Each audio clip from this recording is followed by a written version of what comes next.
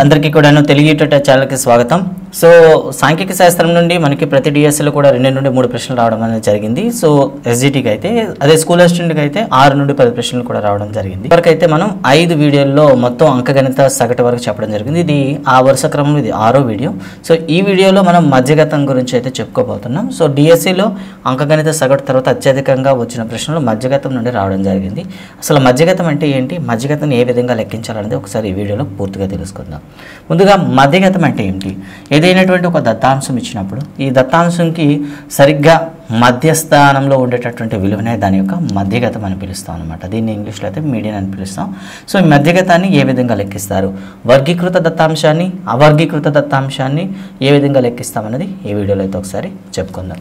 ముందుగా కొన్ని గణనలు ఇచ్చారనుకోండి, 8, 2, 5, 7, 3, 4, 1 ఇక్కడ కొన్ని గణనలు అనేవి ఇవ్వడం జరిగింది. ఈ గణనల యొక్క మధ్యగతాన్ని మనం లెక్కించాలి. సో మధ్యగతం లెక్కించేటప్పుడు మొదటి సోపానం ఏంటంటే ఆరోహణ క్రమంలో రాయాలి. ఆరోహణ క్రమంలో మనం రాసుకోవాలి.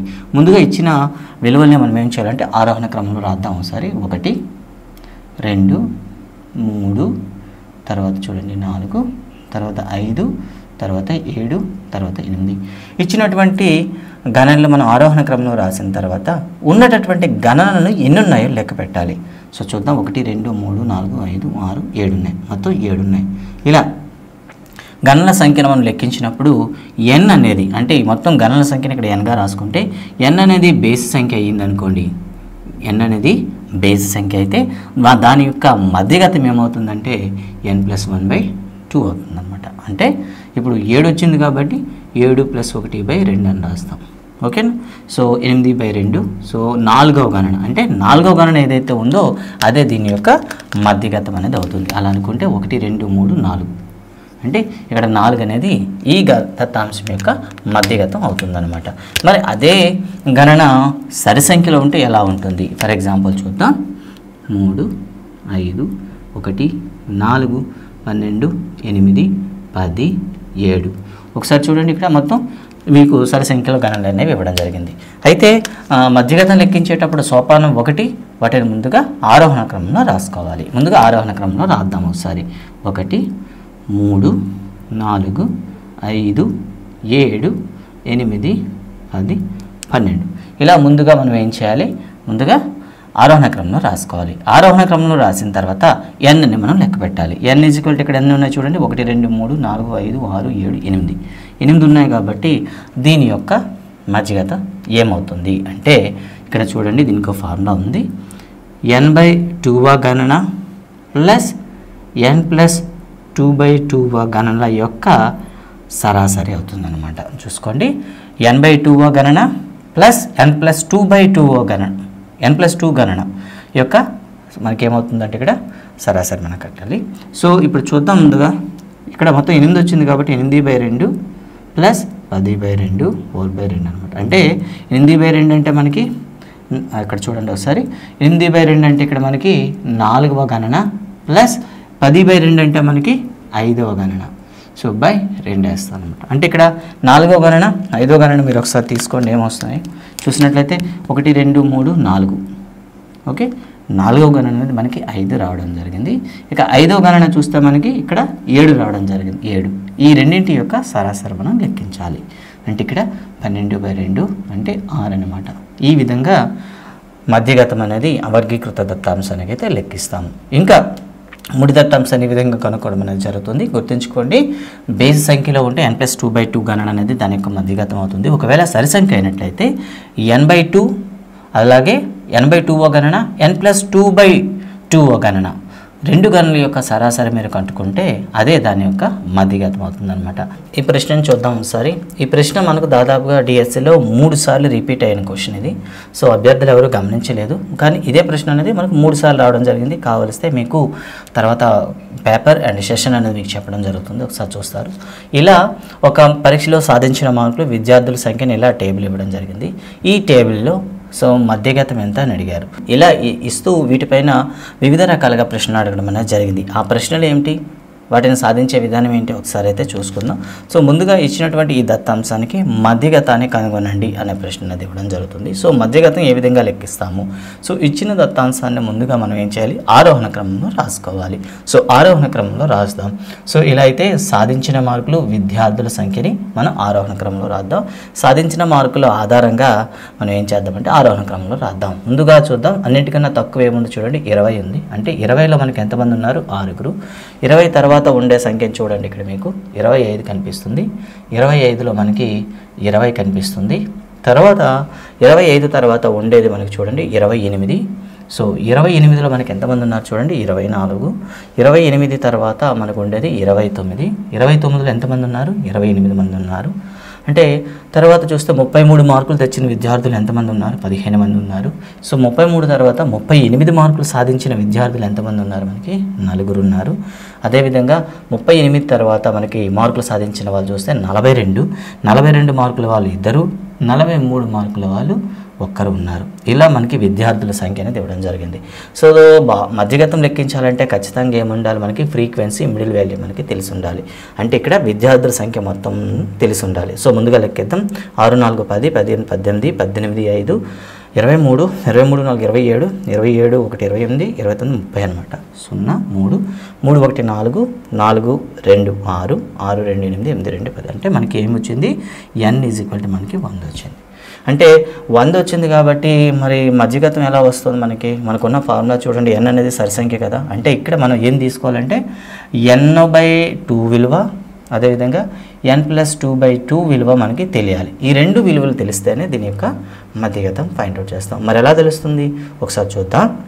ముందుగా అంటే ఆరోహణ సంచిత పౌనఃపున్యం వేసుకుందాం. అంటే ఇక్కడ చూడండి ఒకసారి, 20 మార్కులు తెచ్చుకున్న విద్యార్థులు ఎంతమంది ఉన్నారు? 6 ఉన్నారు. అంటే మొదటి 6 20 మార్కులు తెచ్చుకున్నారు. అదే 25 మార్కులు వరకు 25 వరకు తెచ్చుకున్న వాళ్ళు ఎంతమంది అవుతారు చెప్పండి? ఆ 6 + 20 మంది అంటే 26 మంది.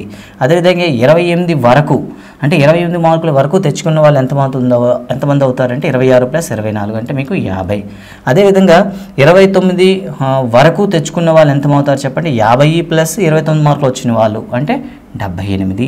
తర్వాత 33 వరకు అంటే 33 మార్కుల వరకు తెచ్చుకున్న వాళ్ళు ఎంతమంది అవుతారు అంటే ఈ 78కి 15 యాడ్ చేయాలి. వస్తే మనకేమొస్తుంది? 93. ఈ 93 తర్వాత చూడండి ఒకసారి 38 వరకు వచ్చిన వాళ్ళు అంటే 38 వరకు వచ్చిన వాళ్ళు ఎంతమంది అవుతారు? 93 + 4 97. అలాగే 42 వరకు 42 మార్కుల వరకు తెచ్చుకున్న వాళ్ళు ఎంతమంది అవుతారు? 99.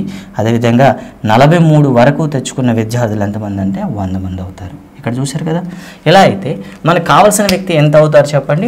n/2 n+2/2 విద్యార్థులు కావాలి. అంటే ఈ వరుసలో మనం పేర్చినట్లయితే 50వ విద్యార్థి 51వ విద్యార్థి మార్కులు మనకు తెలిస్తే వారి యొక్క సగటే మనకి ఏమవుతుంది? ఇక్కడ మధ్యగతం అవుతుంది కదా. అలా అనుకుంటే n/2 అంటే మనకి 100/2 అంటే 50వ విద్యార్థి, n+2/2 అంటే 101/2 అంటే మనకి 102/2 అంటే మనకి 51వ విద్యార్థి. 50వ విద్యార్థి 51వ విద్యార్థి మనకి కావాలి. చూడండి, మొదటి 6 26 మంది 50 మంది అంటే 50 మంది అంటే 50వ వాడు ఇందులో ఉన్నాడు అంటే వాడికి వచ్చిన మార్కులు 28 మార్కులు.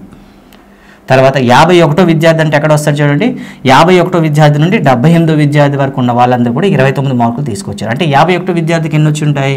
29/2 అనమాట. ఇలా 28 + 29/2 చేస్తే మనకి 28.5 వస్తుందన్నమాట. ఇలా మనకి ఏం చేస్తామంటే అవర్గీకృత దత్తాంశానికి మధ్యగతం అనేది కనుక్కుంటాం అనమాట. గుర్తుంచుకోండి, అవర్గీకృత దత్తాంశం ఇచ్చేటప్పుడు మీరు చేయాల్సింది n/2 ఫైండ్ అవుట్ చేయాలి, ఆరోహణ సంచిత పౌనఃపున్యం రాయాలి. సో n/2 వాల్యూ ఒకవేళ బేస్ సంఖ్య అయిందనుకోండి n/2 చేసేస్తారు, లేదు సరి సంఖ్య అయిందనుకోండి అప్పుడు ఏం చేస్తారంటే n/2 + n+2/2 రెండు చేస్తారు. ఫర్ ఎగ్జాంపుల్ ఈ లెక్కనే కాస్త మాడిఫికేషన్ చేద్దాం. చూడండి, ఇక్కడ 38 విద్యార్థిని కాస్త నేను ఏం చేశానంటే 4ని కాస్త నేను 3ని చేశాను అనుకోండి. ఇప్పుడు 3ని చేసాం. ఇప్పుడు చేస్తే మనకి మొత్తం ఎంత వస్తుంది చెప్పండి? 99 వస్తుంది. మొత్తం ఎంత వస్తుంది? 99. సో అంటే మొత్తం గణనలు అప్పుడు ఏమైపోతాయి చెప్పండి? మనకి 99 వచ్చేస్తుంది కదా. 99 అనేటప్పుడు మనం ఈజీగా ఫైండ్ అవుట్ చేస్తాం. 99 అనుకోండి, సో బేస్ సంఖ్య వచ్చింది కాబట్టి n+1 1/2 అని n+1/2 అని చేస్తాం అంటే అప్పుడు ఏమవుతుంది చెప్పండి 99 + 1/2 అంటే 100/2 అనమాట. 50 మార్కులు వచ్చిన చూడండి 50 విద్యార్థికి వచ్చిన మార్కులు ఏవైతే మనం పడితే అదే దీని యొక్క మధ్యగతం అవుతుంది. అలా అనుకుంటే 50 విద్యార్థి అంటే డైరెక్ట్గా మీరు ఏం చెప్పవచ్చు 28 అని చెప్పవచ్చు అనమాట. చూసారు కదా. సో సరి సంఖ్య వచ్చింది కాబట్టి ఇలా చేస్తారు. అదే బేస్ సంఖ్యలో కానీ మీకు n వాల్యూ అని వచ్చింది అనుకోండి డైరెక్ట్గా n+1/2 చేయండి. ఆ n+1/2 వ్యక్తి ఎవడవుతాడో వాడికి వచ్చిన మార్కులే ఏమవుతాయి మనకి మధ్యగతం అవుతాయి అనమాట. ఈ విధంగా మనం ఏం చేస్తామంటే అయితే ఇవే క్వశ్చన్స్ని 3 రకాలుగా ప్రశ్నించాడు అనమాట. సో ఏ విధంగా అడిగాడంటే 42 కన్నా ఎక్కువ వచ్చిన వాళ్ళు ఎంతమంది అనే ప్రశ్న అడగడం జరిగింది. 42 కంటే ఎక్కువ వచ్చిన వాళ్ళు అంటే చూడండి మనకు ఒక్కడే ఉన్నాడు, అంటే దట్ మీన్స్ ఏమన్నాడంటే 42 కన్నా ఎక్కువ వచ్చిన వాళ్ళు ఎంతమంది అంటే ఒక్కడే ఉన్నాడు 43 వ్యక్తి. అలాగే కాకుండా 42 మార్కుల కన్నా తక్కువ వచ్చిన వాళ్ళు ఎంతమంది అని అడిగాడు అనమాట. అంటే 42 కన్నా తక్కువ అంటే దీన్ని విడిచిపెట్టి ముందున్న సంచిత పౌనఃపున్యం మనం చెప్పాల్సి ఉంటుంది అనమాట. సో ముందున్న సంచిత పౌనఃపున్యం చూడండి 42 వరకు 99 కాబట్టి 42 కన్నా తక్కువ అంటే 97 మంది అని చెప్తాం అనమాట. ఈ విధంగా మనం అవర్గీకృత దత్తాంశానికి మధ్యగతం అయితే ఫైండ్ అవుట్ చేస్తాము. ఇక వర్గీకృత దత్తాంశానికి ఏ విధంగా ఫైండ్ అవుట్ చేద్దాం అనేది చూద్దాం ఒకసారి. వర్గీకృత దత్తాంశానికి మధ్యగతం ఏ విధంగా కనుక్కుంటాము అనే దానికి ఫార్ములా అయితే మనకు ఉంటుంది. సో ముందుగా మనం ఫైండ్ అవుట్ చేయాల్సింది మధ్యగత తరగతి అంటే ఏమిటి. సో మధ్యగత తరగతి అంటే ఏంటంటే n/2 మనం ఫైండ్ అవుట్ చేయాలి. అంటే మొత్తం పౌనఃపున్యం ఏదైతే ఉందో మొత్తం పౌనఃపున్యాన్ని ఫైండ్ అవుట్ చేసి పౌనఃపున్యం చేసినట్లయితే ఎంతైతే వస్తుందో దీనికంటే ఎక్కువ ఉండేటటువంటి CF చూడండి n/2 కన్నా ఎక్కువ ఉండేటటువంటి CF అనేది ఏ తరగతిలో అయితే ఉంటుందో ఆ తరగతిని మనం ఏమంటామంటే మధ్యగత తరగతి అని పిలుస్తాం అనమాట. గుర్తుంచుకోండి n/2 ఫైండ్ అవుట్ చేసి n/2 కన్నా ఎక్కువ ఉండేటటువంటి క్యుములేటివ్ ఫ్రీక్వెన్సీ ఆరోహణ సంచిత పౌనఃపున్యము ఏ తరగతికి అయితే ఉంటుందో ఆ తరగతిని మనం ఏమని చెప్తామంటే ఇక్కడ మధ్యగత తరగతి అని తీసుకుంటాము. అదేవిధంగా L అంటే ఈ మధ్యగత తరగతి యొక్క మధ్యగత తరగతి దిగువ హద్దుగా తీసుకుంటాం. అదేవిధంగా CF అంటే ఏంటి మధ్యగత తరగతికి ముందున్న సంచిత పౌనఃపున్యం. సో గుర్తుంచుకోండి మధ్యగత తరగతి ముందు CF సంచిత పౌనఃపున్యం అని పిలుస్తాం అనమాట. ఇక తర్వాత F అంటే మనకు తెలుసు మధ్యగత తరగతి పౌనఃపున్యము. అదేవిధంగా H అంటే తరగతి పొడవు. సో వీటికి సంబంధించినటువంటి పూర్తి సమస్యలు ఏవైనా కావాలనుకుంటే కింద మనకి 10వ తరగతి వీడియోస్ అనేవి వాళ్ళకి సంబంధించిన లెక్కల వీడియోస్ అంటే కంప్లీట్గా ఎక్స్ప్లెయిన్ చేస్తూ వీటిపైన ఉన్నాయి. వాటిని ఒకసారి మీరు చూడగలరు. కింద డిస్క్రిప్షన్లో వాటికైతే ఇస్తున్నాను. ఇంకా తర్వాత మధ్యగతాన్ని గ్రాఫ్లు ఉపయోగించి ఫైండ్ అవుట్ చేయొచ్చు. వాటిని ఓగ్యూ కర్వ్స్ అని పిలుస్తాం.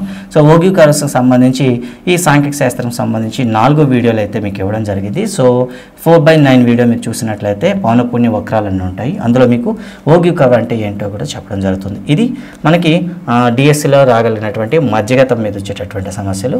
సో నెక్స్ట్ వీడియోలో మళ్ళీ కలుసుకుందాం.